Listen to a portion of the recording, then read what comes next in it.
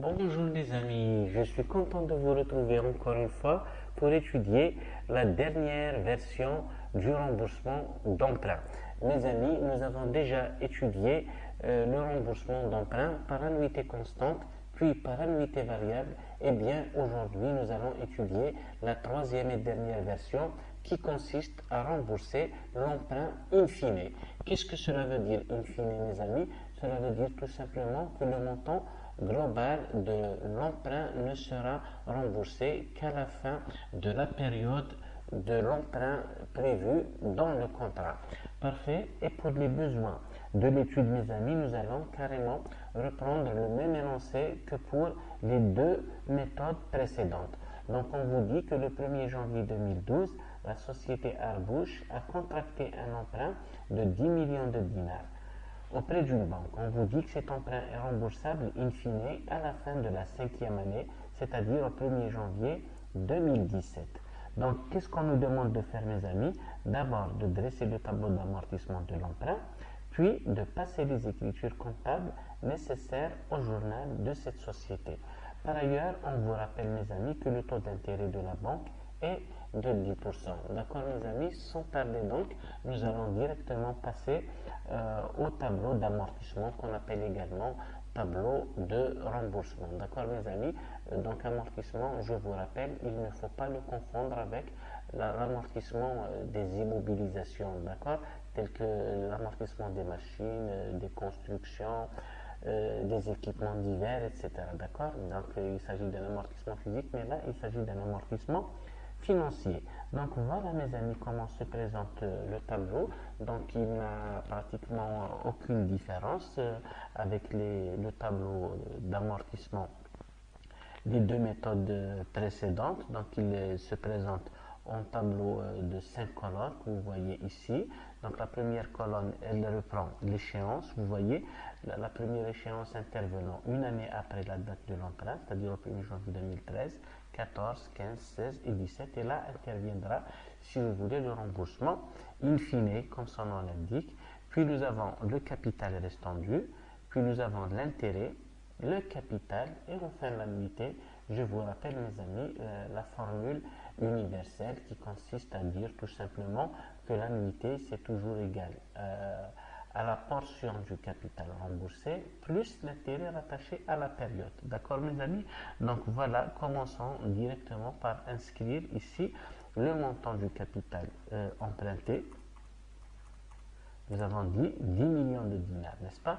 L'intérêt, nous avons dit, il est de 10%, donc nous allons introduire est égal ici au capital multiplié par 10% et nous avons 1 million de dinars, ce qui est facile si vous voulez à lire à travers les chiffres. Si vous voulez, mes amis, il n'y a rien à payer, donc on mettra 0 et forcément ici, au titre de l'annuité, qui est égal, nous avons dit, au capital plus l'intérêt, comme le capital est nul, donc comme annuité, nous aurons uniquement 1 million qui représente l'intérêt de la période, c'est-à-dire du 1er janvier 2012 au 31 décembre 2012. Donc mes amis, ici, traditionnellement, dans le capital restant dû, c'est toujours le capital de la dernière période moins le remboursement. Comme vous voyez ici, le remboursement est nul, donc nous allons reprendre tout simplement le même montant, c'est-à-dire 10 millions.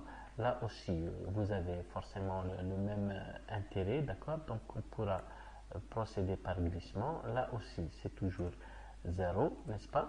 Et là, vous aurez également 1 million.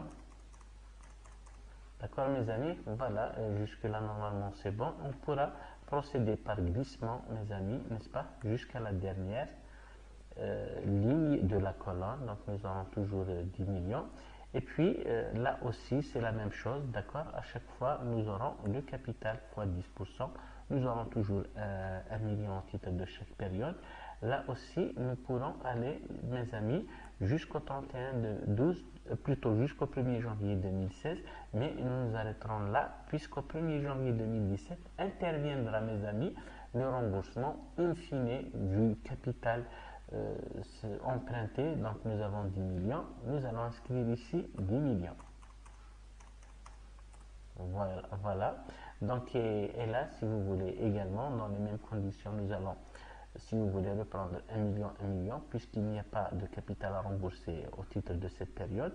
Mais là, nous allons introduire la formule, mes amis, tout juste pour une question d'explication et de méthodologie. Nous avons donc ici l'annuité, c'est le capital 10 millions, plus l'intérêt d'1 million, et nous aurons 11 millions. Mes amis, cela se voit, d'accord? Donc, c'est le montant que nous devrons payer au 1er janvier 2017. Donc, on devra du coup rembourser le montant total de l'emprunt plus la charge d'intérêt rattachée, si vous voulez, à l'exercice 2016. Donc, on aura à payer au 1er janvier 2017. Donc, il ne nous reste, mes amis, qu'à tirer le total, si vous voulez, de ces colonnes. On va introduire la formule somme et nous avons 5 millions d'intérêts à payer au titre du contrat, si vous voulez, de l'emprunt. Nous allons glisser cette formule pour les deux colonnes à suivre, si vous voulez. Nous avons donc le capital que nous remboursons pour 10 millions, vous voyez bien, et bien entendu, nous aurons ici le montant total pour 15 millions. Vous voyez bien, mes amis, l'égalité est assurée. 5 millions plus 10 millions égale 15 millions. Là également, nous avons 4 millions, c'est-à-dire le montant des intérêts payables au titre des 4 années qui suivent la date d'emprunt. Donc, nous avons 4 millions plus les 11 millions que nous devrons payer, si vous voulez, au 1er janvier 2017 et qui représentent le remboursement total du capital emprunté plus la charge d'intérêt relative à l'exercice précédent, c'est-à-dire 2016. Donc voilà, grosso modo, mes amis, nous avons un bilan, plutôt un tableau équilibré, n'est-ce pas? Vous avez ici 10 millions, vous avez ici 5 millions, 15 millions. Donc il est aisé de vérifier que nous ne nous sommes pas trompés, mes amis, dans les calculs. Voyons maintenant qu'est-ce que ça nous coûte comme intérêt, si vous voulez, ce contrat. Donc selon cette méthode, vous voyez, mes amis, nous devons régler à la banque 5 millions de dinars d'intérêt, ce qui est quand même important comparé, si vous voulez, au capital emprunté. Donc ici, c'est la moitié. Voyons maintenant qu'est-ce que nous devons payer comme intérêt au titre des deux méthodes précédentes. Donc le remboursement de l'emprunt par annuité variable nous coûte 3 millions de dinars. Donc vous voyez bien que 3 millions comparé à 5 millions, c'est quand même 2 millions de dinars d'écart. Et voyons maintenant avec la première méthode, c'est-à-dire la plus classique, qui consiste à rembourser l'emprunt par annuité constante. Là, nous avons un montant relativement supérieur, c'est-à-dire à la méthode du remboursement par annuité variable. Donc, c'est un montant, si vous voulez, intermédiaire. Donc, conclusion, la méthode, si vous voulez, du remboursement de l'emprunt in fine, c'est la méthode, si vous voulez, qui fait ressortir le montant d'intérêt le plus onéreux, c'est-à-dire la charge financière la plus importante. Si on s'en tient uniquement à ce critère, on va éviter, si vous voulez, mes amis, cette méthode-là du remboursement de l'emprunt in fine. Mais si nous examinons, si vous voulez, d'autres critères, comme les remboursements qui interviendront au cours des premières années, là nous avons seulement 1 million, n'est-ce pas, au titre des 4 années qui suivent la date de l'emprunt, tandis que là vous avez quand même des montants plus importants, nettement plus importants, 3 millions, 2 millions 800, etc. N'est-ce pas? Vous voyez ici que ça régresse de pratiquement 200 000 chaque année. Et comparé également à la première méthode, là aussi vous avez une annuité constante de 2 600 000.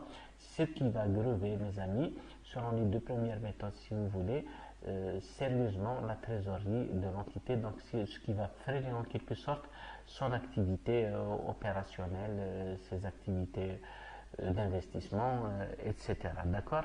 Donc, mes amis, voilà, donc pour la conclusion concernant cette méthode, c'est la méthode qui nous coûte le plus en termes de charges financières. Voyons maintenant, mes amis, avec les écritures comptables. Nous n'allons pas vous ennuyer à lire, si vous voulez, toutes ces écritures-là, mais nous allons voir l'essentiel. On va commencer, c'est-à-dire par avoir le début et la fin, si vous voulez, des écritures comptables. Donc, vous voyez, écriture comptable du remboursement in fine. Donc, mes amis, lorsque nous recevons l'argent, donc on va débiter notre 512, c'est-à-dire notre banque pour 10 millions, et en contrepartie, nous allons enregistrer une dette financière pour 10 millions au compte 164. Donc là, c'est au moment, si vous voulez, de recevoir le montant de l'emprunt. Et puis, mes amis, à la date de clôture de la première année, c'est-à-dire 2012, une année a déjà couru, n'est-ce pas? Donc, il est tout à fait normal de constater une charge financière, n'est-ce pas? Charge d'intérêt au crédit du 1685, 661 685, autre emprunt, si vous voulez, qu'on va appeler intérêt couru non échu, pour 1 million de dinars, n'est-ce pas? Donc, qu'est-ce qui va se passer, mes amis? Là, nous sommes au 31/12/2012 et juste après, au 1er janvier 2013, interviendra, si vous voulez, mes amis, la première échéance de paiement. Donc, qu'est-ce qu'on va faire? On va débiter pour solde le 1685 parce que là, nous devrons payer l'intérêt au titre de la période 2012. Et bien entendu, on va enregistrer une sortie de trésorerie pour le même montant ici. Donc, nous allons inscrire 1 million. Parfait. Donc voilà, au 31/12/2013, une autre année a déjà couru. Et bien entendu, on va rattacher la charge d'intérêt à cet exercice, n'est-ce pas? Même écriture qu'ici, vous voyez bien, 661 685, n'est-ce pas? Qu'on va régler immédiatement à la réouverture de 2014, n'est-ce pas?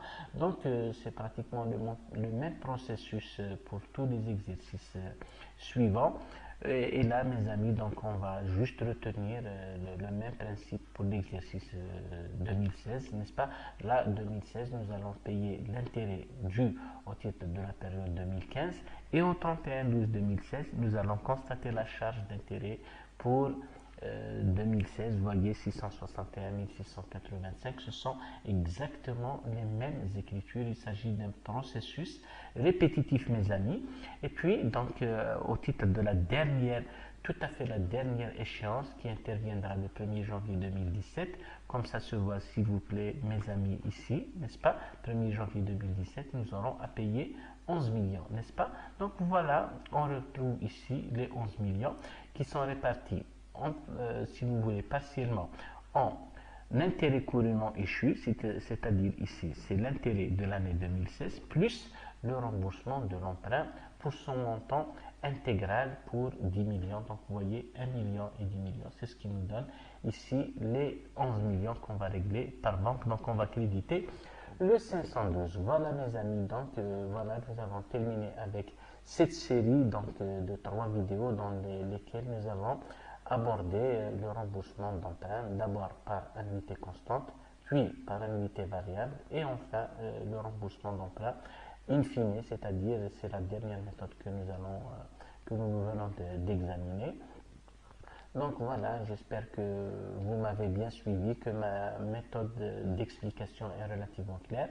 J'espère vous retrouver, mes amis, dans de nouvelles vidéos très prochainement, et les questions que vous aurez peut-être à poser, vous pouvez me les proposer directement en commentaire et je vous répondrai dans la mesure du possible. Sur ce, je vous souhaite une excellente soirée et à très bientôt, mes amis. Au revoir.